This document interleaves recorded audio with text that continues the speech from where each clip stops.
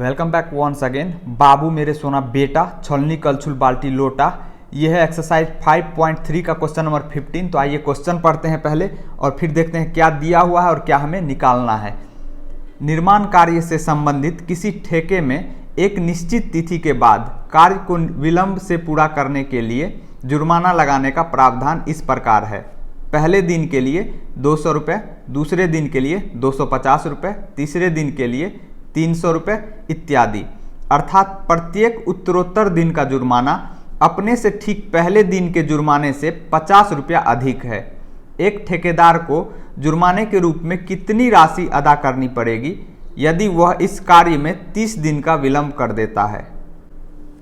English में a contract on construction job specifies a penalty for delay of a completion beyond a certain date as follows: 200 rupees for the first day, 250 rupees for the second day, 300 rupees for the third day, etc.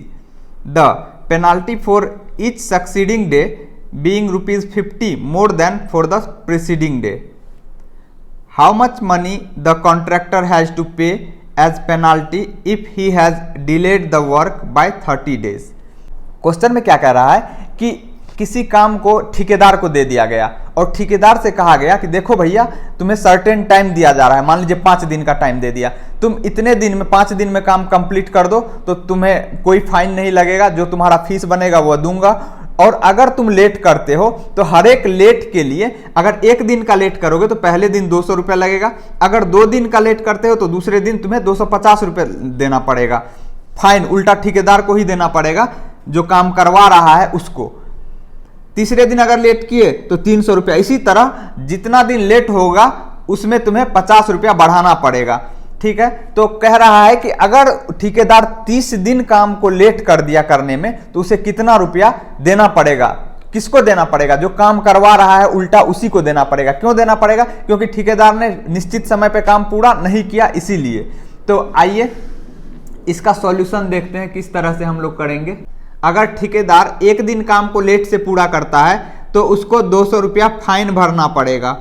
अगर 2 दिन late करता है तो पहले दिन के लिए तो 200 देना ही पड़ेगा, दूसरे दिन के लिए उसे इसमें 50 रुपया बढ़ा के देना पड़ेगा, मतलब 250।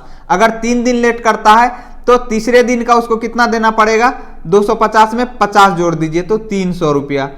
इसी तरीके से अगर 4 दिन वो लेट करता है तो चौथे दिन के लिए उसे कितना रुपया देना पड़ेगा? 300 में 50 जोड़ देंगे तो 350 हो जाएगा। इसी तरह से 50 रुपया बढ़ते जाएगा हर अगले दिन के लेट के लिए।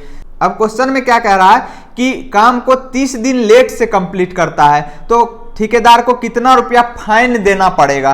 तो ये सभी रुपया जो है उन सब का जोड़ होगा, 30 दिन का जो रुपया बनेगा उसका जोड़ निकालेंगे हम और वही हमारा आंसर हो जाएगा। तो देखिए ये जो सीक्वेंस बन रहा है ये एपी में है। क्वेश्चन में नहीं दिया रहेगा कि ये सीक्वेंस एपी में है या अर्थमेटिक प्रोग्रेशन का क्वेश्चन है। यहाँ तो चलिए आपको पता है एनसीईआरटी का एक्सरसाइज 5.3 का है तो अर्थमेटिक प्रोग्रेशन में है।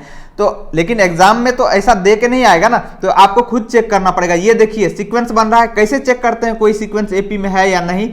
तो 2 लगातार पद का जोड़ा बनाते हैं। एक जोड़ा हम इस 2 पद का बना लिए, दूसरा जोड़ा इस 2 पद का। अब इसमें आगे वाले में से पीछे वाले को घटाइए तो कितना आएगा डिफरेंस? यहाँ भी 50 आ रहा है और यहाँ भी आगे वाले में से पीछे वाले को घटाइए तो यहाँ भी डिफरेंस कितना आ रहा है? 50। यहाँ भी डिफरेंस 50 आ रहा है, यहाँ भी डिफरेंस 50 आ रहा है। तो हम कम से कम 2 पद के लिए डिफरेंस निकालते हैं, 2 अलग अलग पेयर ऑफ कंसेक्यूटिव टर्म के लिए डिफरेंस निकालते हैं। अगर वो डिफरेंस सेम आ जाए तो हम कहते हैं वो सीक्वेंस एपी में होगा। तो ये एपी होगा।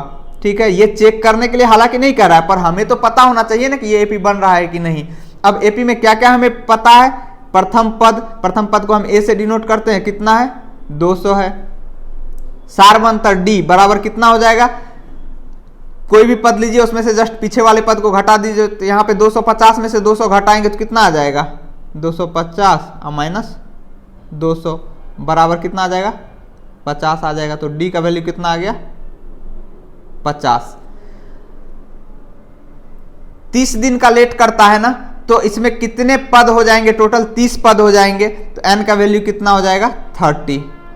इस सीक्वेंस में टोटल 30 पद होगा। अब अगर हम इस सीक्वेंस के 30 पद का जोड़ निकाल दें तो वो जो 30 पद का जोड़ होगा वो क्या होगा? टोटल जो ठेकेदार को रुपया फाइन के रूप में भरना पड़ेगा, वो रुपया निकल जाएगा। तो किसी एपी के प्रथम n पदों के योग का फॉर्मूला क्या होता है, Sn बराबर n/2 into 2a plus n-1 into D. अब यहां पे जो वैल्यू पता है आप वैल्यू रख दीजिए। n का वैल्यू कितना है, 30 है, तो S30 बराबर कितना हो जाएगा, 30/2 इंटू 2 मल्टीप्लाई बाय a का वैल्यू 200 प्लस यहाँ पे n के जगह पे कितना आएगा, 30-1 इंटू डी के जगह पे 50 है यहाँ, तो 50 रख दीजिए। अब इसको सिंप्लीफाई कीजिए, सिंप्लीफाई करेंगे तो क्या होगा, ये 2 से कटेगा 15 बार में, यहाँ पे आ जाएगा 15 इंटू 200 को 2 से गुना करेंगे तो कितना हो जाएगा, 400 हो जाएगा, प्लस 30 में से 1 घटाएंगे 29 मल्टीप्लाई बाय 50। अब यहाँ पे कितना हो जाएगा, 15 इंटू 400 प्लस 29 को 50 से गुना करेंगे तो कितना आ जाएगा, 0 का 0, अब 5 9 45, अब 45 का 5 हासिल 4, अब 5 दूनी 10, 4 14, 1450 हो गया। तो 15 इंटू 1450 में 400 जोड़ेंगे तो कितना हो जाएगा, 1850 हो जाएगा। अब 1850 को 15 से गुना कर दीजिए, यहाँ ब्रैकेट हटा भी सकते थे, तो 15 को 1850 से गुना करेंगे तो कितना हो जाएगा, 0 का 0 ही रहेगा, 15 5 75 का 5 हासिल 7, अब 15 8 120, 120 में 7 जोड़ेंगे तो 127 होगा, 127 का 7 हासिल बचा 12, 15 का 15, 15 में 12 जोड़ेंगे तो 27 आ जाएगा, 27। तो प्रथम 30 पदों का योग कितना आ गया, 27,750। S30 बराबर 27,750। इसका मतलब क्या हुआ, इसका मतलब यह हुआ कि ठेकेदार को जुर्माने के रूप में 27,750 रुपया पेड करना पड़ेगा। तो यहां पे आप लिख दीजिए, देयरफॉर ठेकेदार को जुर्माने के रूप में 27,750 रुपया देना होगा।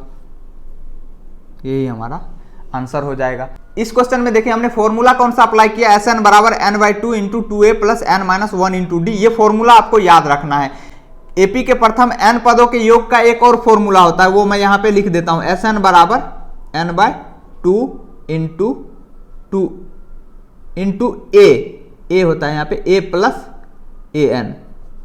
ये भी एक फॉर्मूला होता है। ये हम कब लगाते हैं, जब हमें अंतिम पद पता हो। यहाँ an अंतिम पद को रिप्रेजेंट करता है। अगर हमें इसमें 30वें दिन उसे कितना रुपया पेड करना पड़ेगा वो पता होता ना, तो हम ये वाला फॉर्मूला अप्लाई कर देते, लेकिन वो हमें पता नहीं था। तो इस क्वेश्चन के लिए ये फॉर्मूला ज्यादा आसान होता है, इसीलिए हमने ये वाला फॉर्मूला लगाया। कभी कभी an को l से भी डिनोट कर दिया जाता है, तो आपको ध्यान रखना है, ठीक है।